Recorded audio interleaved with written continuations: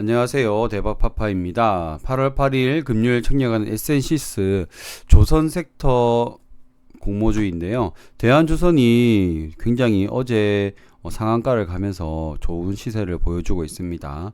공모가 대비해서도 2배 이상 올랐고요. 그래서 조선 섹터에 대한 기대감이 높은데 과연 청약할 만할지 한번 알아보겠습니다. 이번 주 금요일 S2W와 함께 청약이 진행되고요. 상장일도 같은 8월 19일 날 동시 상장이 예정되어 있습니다. 공모 계열을 보시면 570억 원으로 어느 정도 규모가 있는 공모 청약 금액입니다. 그리고 신한투자증권에서 하는데 배정 수량이 47만 5천 주. 이것도 역시 균등은 추첨이 될 것으로 보입니다. 신한투자증권 단독 주관입니다. 사업의 내용을 보시면 조선산업인데요. 조선산업은 최근 여러 가지 구조적으로 이제 슈퍼사이클에 진입했다는 이야기가 많고 주가들도 굉장히 많이 올랐습니다. 제가 최초로 조선 관련된 내용을 올린 게 예전 삼성중공업 유상증자 무상증자 관련된 내용이었는데요. 그 당시에 5천원 6천원 하던 주가가 지금은 2만원에 육박하죠. 저는 참 많이 아쉬웠는데요. 어쨌든 지금 슈퍼 사이클에 진입했고 이제 주도주로서 쉽게 꺾이진 않을 것이다. 그리고 미국과의 관계에 있어서도 중요한 역할을 할 것이다. 이런 내용들이 많이 있습니다. 그 중에 SNC스는 이제 통합 솔루션 기업이라고 하는데요. 예를 들면 성강밴드 이런 기업들은 피팅 이런 것만 한다라고 보시면은 여기는 파워 솔루션, 에코, 운항제어, MRO 다양한 솔루션들을 하면서 영업이익률을 끌어올리고 있는 그런 기업이라고 보시면 되겠고, 조선과 해운 관련된 이제 규제 같은 것들이 친환경 관련해서 많이 생기고 있습니다. 그런데 그런 규제를 통한 어떤 신사업들을 나름 잘 찾아가는 기업이다라고 생각이 됩니다. 그래서 평형수 처리 요게 조금 어떻게 보면 에코 솔루션.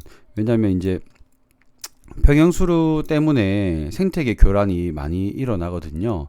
평형수라는 것이 배가 이렇게 있으면 요 밑에 물을 채웁니다.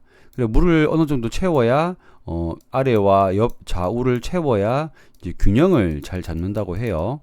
그래서 이런 평형수를 여기 채웠다가 또 나중에 필요 없으면 샥 버리고 하는데 이 바다에서 채운 평형수를 다른 바다에서 버릴 때 여기 각종 생물들이 같이 끼어들면서 생태계 교란이 일어난다고 해요.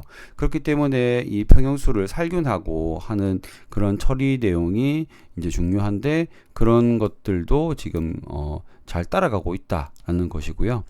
그리고 자동화 선박과 AI가 만난다라고 얘기하는데 이 자동화도 역시 매출 비중이 높지는 않지만 잘 따라가고 있고 MRO 솔루션이라고 해서 요 같은 경우에는 이제 유지 보수를 적절히 잘해서 선박의 사용 기간을 늘려주는 그런 솔루션인데 이것도 매출 비중이 상당하게 올라가는 거 보면 사업을 하고 있는 이런 파워 솔루션 이런 것들을 하고 있는 것만 계속하는 게 아니라 변화에 따라서 잘 따라가는 회사다라는 생각이 들었습니다.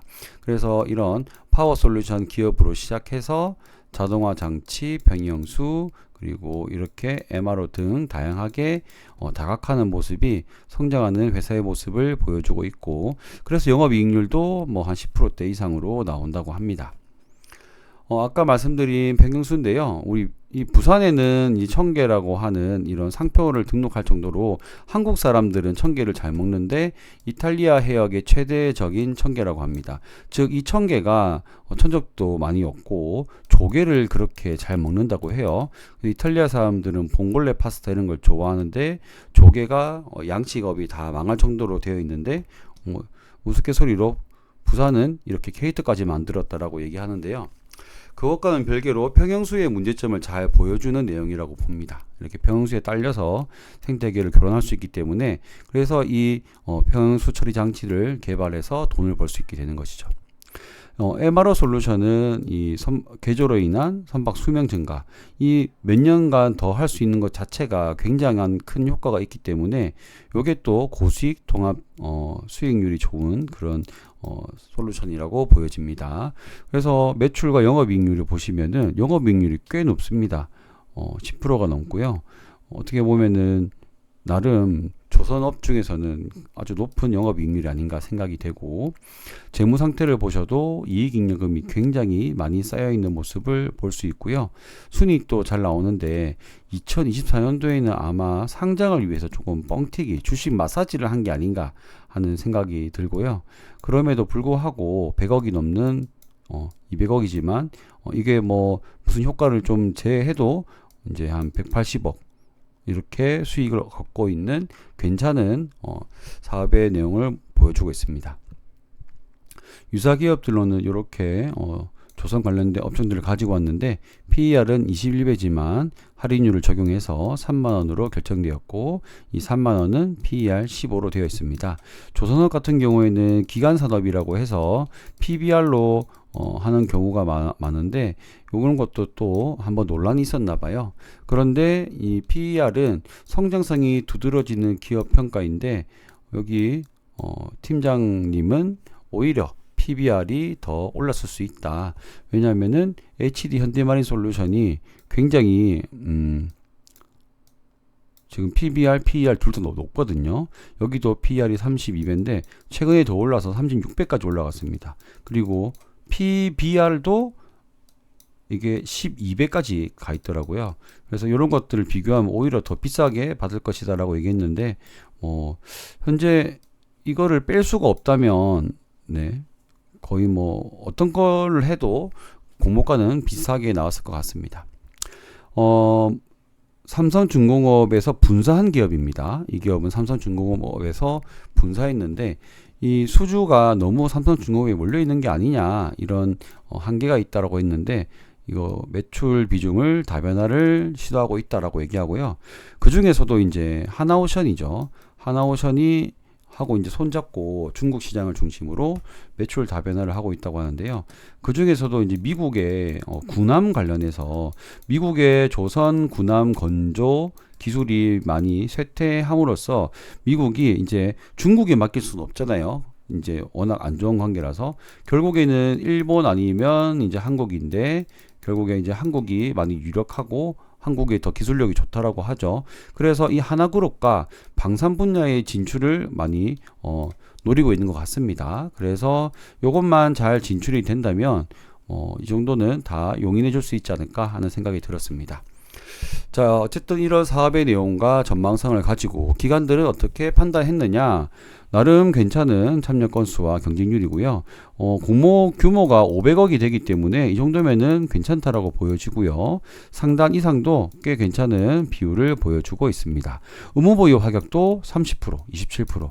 그러면 최종 증권 발행 실적에서는 아마 50%까지 올라갈 수 있지 않을까. 결국엔 기간도 조선이기 때문에 빵끝 웃었다라고 보여집니다.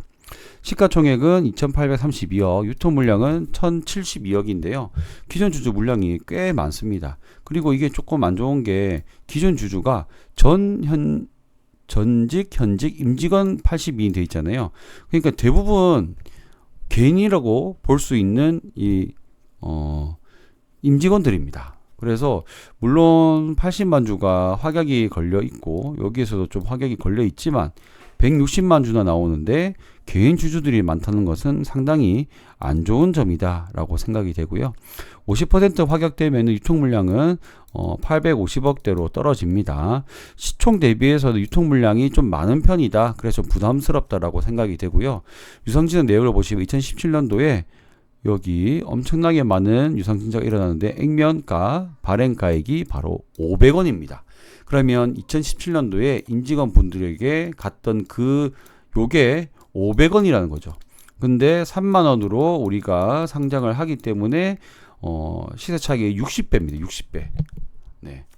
1,000만원 넣었으면 6억이죠. 안 팔고 싶겠습니까? 저는 엄청 팔고 싶을 것 같거든요. 그래서 높은 확률로 이 기타 기존 주주들의 물량이 쏟아질 수도 있다라는 불안감이 생기고 있습니다. 자, 정리하면 섹터 좋고 기관 수혜치도 좋고 앞으로 미래 성장성도 나쁘지 않을 것 같은데 이 기존 주주 물량이 압박이 좀 세다라고 이렇게 되겠고요.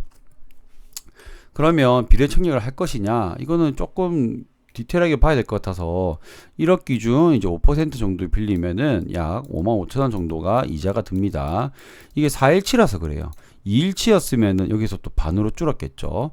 비례 경쟁률이 그래도 조선업이고 유통 물량 압박이 있더라도 기관들은 좋게 봤기 때문에 뭐 한 2,000대 1 정도 하면은 비례 한 3주 정도 받아질 것으로 예상이 되는데요.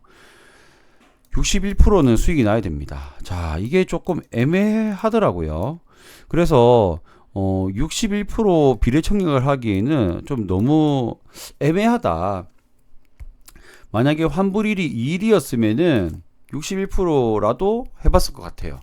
그런데 죄송합니다. 61%가 아니고 확 줄겠죠. 30% 정도 되겠죠. 이 정도는 오를 것 같거든요. 그래서 참 애매하다 생각을 했는데 결론적으로는 저는 균등 청약을 할 예정입니다. 그래서 다시 한번 더 정리해 드리면 가격 메리트가 조금 적고요. 유통 물량이 많고 기존 주주들 특히 첫날에 나올 것 같은 60배 차익의 물량들이 많아 보입니다. 그래서 비례 청약을 하기에는 이자 4일치 이자를 이제 생각해 보면 하기에는 조금 아쉽다. 그래서 오히려 첫날에 대량으로 임직원 매도 물량이 나오면 뭐 대한조선처럼 축축 빠지면은 단타를 조금 노려보지 않을까 하는 생각이 듭니다. 그래서 저는 결론적으로 아쉽지만 굉장히 아쉽지만 여러 애매한 것 때문에 균등 청약을 하겠다라고 말씀드리고 오늘 영상 여기서 마치겠습니다. 감사합니다.